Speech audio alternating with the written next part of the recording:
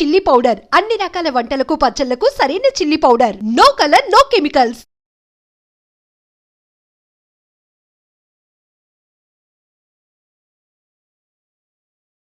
నమస్కారం, welcome to I dream. ధర్మ మార్గం విత్ విజిత కార్యక్రమానికి స్వాగతం. ప్రస్తుతం మనతో పాటు ఉన్నారు ప్రముఖ ఆధ్యాత్మికవేత్త బట్టిప్రోలు విజయలక్ష్మి గారు. ఇప్పుడు అమ్మతో మాట్లాడి మరిన్ని విషయాలు తెలుసుకుందాం. అమ్మ నమస్కారం. నమస్కారం విజిత. అమ్మ, సుమంగళి స్త్రీలు కాని వారిని, అంటే భర్త లేని స్త్రీలని ఖచ్చితంగా మనం సంబోధించే ఒక పదం ఏదైనా ఉంది అంటే అది వితంతువులు అని. కానీ ఈ పదం సంబోధించడం కూడా తప్పుగా భావిస్తున్నారు ఇప్పటి సమాజం. అంటే ఎవరికి వాళ్ళని ఏదో చిన్న చూపు చూడాలనే భావన ఉండదు ఏ రకంగా కూడా. కానీ అదొక పదం మనం వింటున్నాము అంటే దాన్ని మనం ఆచరిస్తూ ఉంటాం. ఈ రకంగా వితంతువులు అని సంబోధించడం తప్పు అంటారా? దాని గురించి. వితంతువు అనేది ప్రాక్టికల్ గా వచ్చినటువంటి పదం. వివాహంలో భర్త అంటే వరుడు వధువు మెడలో తాళి కట్టేటప్పుడు మాంగళ్యం తంతునానేనా అనే మంత్రం అందరికీ తెలిసి ఉంటుంది కదా. మాంగళ్య తంతువుని నీ మెడలో నేను కడుతున్నాను. ఎందుకోసం? మమ జీవన హేతున, నా ప్రాణం కోసమే, నీకు నా ప్రాణరక్షణ కోసం నీ మెడలో కడుతున్నాను అని చెప్తున్నాడు.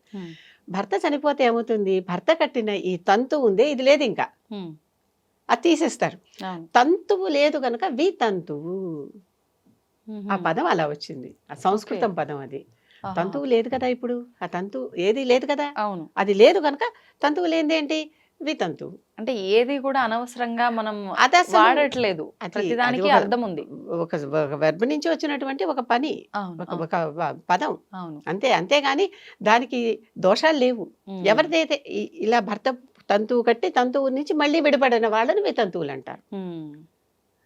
అసలు తంతువు కట్టనే ముందర అసలు వాళ్ళకి తంతువే లేదు కదా, లేదు కనుక వాళ్ళతో సమస్య లేదు. తంతువు ఉంటే సుమంగళిల్లు వేరు, తంతువు లేకపోతే వితంతువులు అంతే. అయితే అమ్మ, ఈ వితంతువుల విషయానికే వస్తే ఈ మధ్య కాలంలో రకరకాలుగా మాట్లాడుకుంటున్నారు.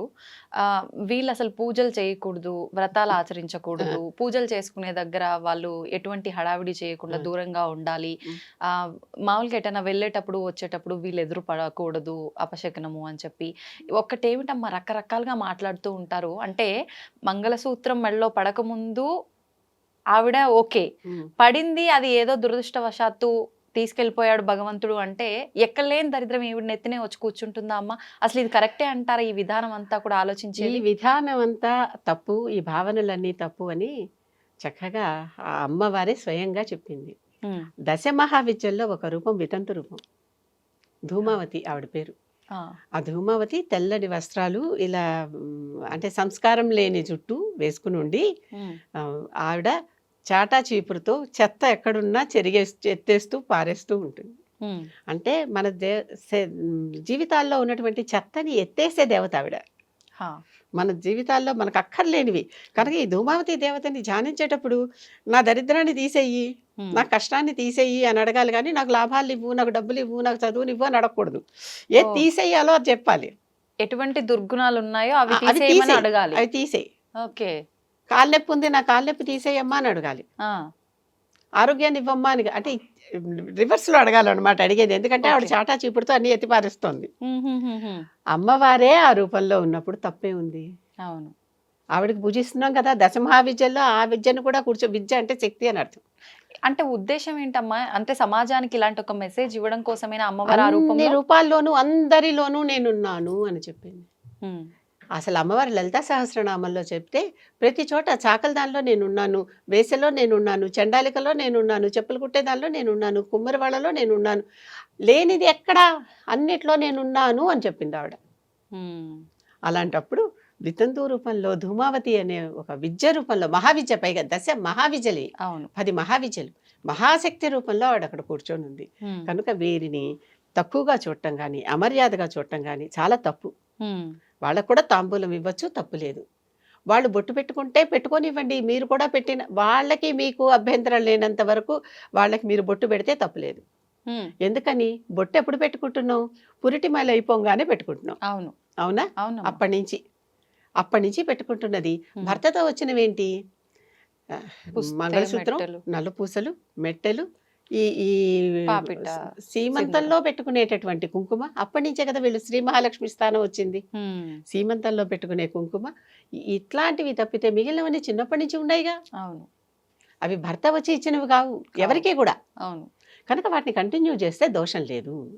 కానీ వాళ్ళకి లేని ఇబ్బంది చూసే వాళ్ళకే ఉంటుంది. ఎప్పుడైనా మన దాకా వస్తే తెలుస్తుందని అరటిపండు మీద కాలు జారి పడితే అందరు నవ్వుతారట. ఆ కాలు వీడిదైతే అప్పుడు తెలుస్తుంది ఇబ్బంది. అంతే. ఎందుకంటే నేను దీన్ని ఎక్స్టెండ్ చేయను. అంతే. కనుక అర్థమవుతోంది కదా. అర్థమైంది. కష్టం వచ్చిన వాళ్ళని చూసి చెయ్యి అందించటం నేర్చుకోవాలి, కానీ కష్టం వచ్చిన చూసి వాడిని చూసి నవ్వకూడదు. ఉమ్.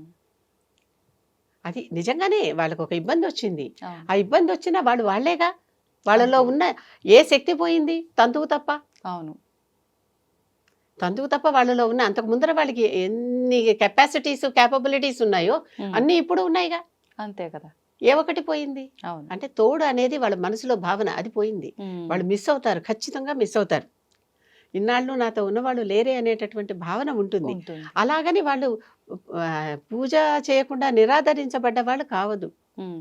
దశమహావిద్యని అమ్మవారిని ధూమావతిని కూర్చోబెట్టి పూజ చేస్తున్నాం అంటే అక్కడ వితంతు రూపంలో ఉన్న అమ్మవారిని పూజ చేస్తున్నామా లేదా? చేస్తున్నాం. మరి వాళ్ళు ఇప్పుడు చేసుకోవచ్చు. వితంతు రూపంలో అంటే మామూలుగా మనం ఏ పూజ ఆరాధన చేసినా పసుపు కుంకుమలకు ప్రాధాన్యం ఎక్కువగా ఇస్తాం. ఉమ్. ఇప్పుడు ఈ అమ్మవారిని ఆరాధించేటప్పుడు పసుపు కుంకుమలతో ఆరాధించరా అమ్మ మరి? పసుపు కుంకుమలు కూడా అందరికీ ఇవ్వచ్చు. పసుపు కుంకుమలు పుడుతూనే వచ్చాయి. అవును. అది పుడుతూనే అంటే పుడుతూనే అన్న ఉద్దేశం కాదు, వివాహం కాకముందర కూడా ఉన్నాయి. ఉన్నాయని. అది నేను చెప్పేది. ఓకే. వివాహానంతరం వివాహ సమయంలో వచ్చినవి ఏమన్నా ఉంటే అవి మళ్ళీ ఇవ్వం. అవి భర్త ద్వారా వచ్చేవి మాత్రమే కనుక. ఓకే. కనుక వీళ్ళకి పూజలు చేయొచ్చు, వీళ్ళు పూజలు చేసుకోవచ్చు. ఉమ్. పూజల వరకైనా వ్రతాలు నోములు లాంటివి కూడా ఏవైనా చేసుకోవచ్చు. చేసుకోవచ్చు వీళ్ళు. ఆహా. ఎప్పుడూ కూడా భార్యాభర్త ఇద్దరు కలిసి చేసుకునే వ్రతాలకి వీరికి మినహాయింపు తప్పదు. అవును. అవును. అవునా? అవును. పక్కన లేరు కదా. లేరు కాబట్టి. ఒక్కళ్ళే చేసుకునేటటువంటి పూజని నిరంతరంగా నిరభ్యంతరంగా చేసుకోవచ్చు. ఉమ్. చాలా మంది మనకి ముందర జీవితాల్లో అంటే ముందర జన్మల్లో మంచి జీవితం కోసమనే కదా ఈ పూజలు వ్రతాలు చేస్తున్నారు. అవును. అవును. మరి వీళ్ళకి మాత్రం వద్దా? ఉండాలి కదా. ఈ జన్మలో ఏదో దురదృష్టం ఇలా అయింది, జరిగింది, మరుసటి పై జన్మ అయినా జన్మల్లో నేను బాగుండాలి. హాయిగా సుఖంగా ఉండాలి, నాకు ఆ వరం ఇవ్వమమ్మా అని ఆ దేవతలకి పూజలు చేసుకోవద్దా? అవును, చేసుకోవాలి. తప్పేంటి? అదే కదా. ఎవరికైనా కావాల్సిందే కదా. అవును. ఆ తర్వాత ఎక్కడి నుంచి వచ్చిందో ఈ ఆచారం నాకు కూడా తెలియదు, కానీ ఉమ్. వితంతువులని గంగా భాగీరథి సమానులైన అని సంబోధిస్తారు. ఉహుం. వాళ్ళని గంగా భాగీరథులతో సమానంగా కొలుస్తారు. పవిత్రమైన నదులు. పవిత్రమైన అని. ఉమ్. నా చిన్నప్పుడు ఇలాంటి వితంతువులకు ఉత్తరాలు రాసేటప్పుడు షార్ట్ కట్లో అన్నమాట గంభాస అని రాసేవాళ్ళు. ఈ గంభాస ఏమిటి అని మా అమ్మను నాన్నను బామ్మను అడిగితే గంగా భాగీరథి సమానురాలైన ఆ పేరు పెట్టి వారికి అని.